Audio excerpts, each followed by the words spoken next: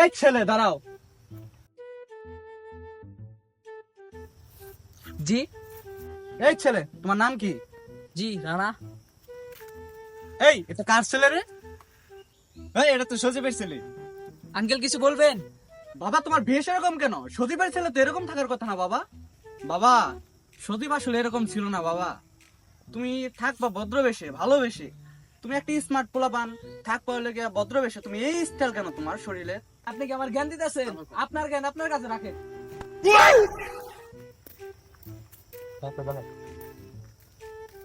আরে ভাইরা, দেখছেন নি সজীবের পোলা কি বেদব হইছে?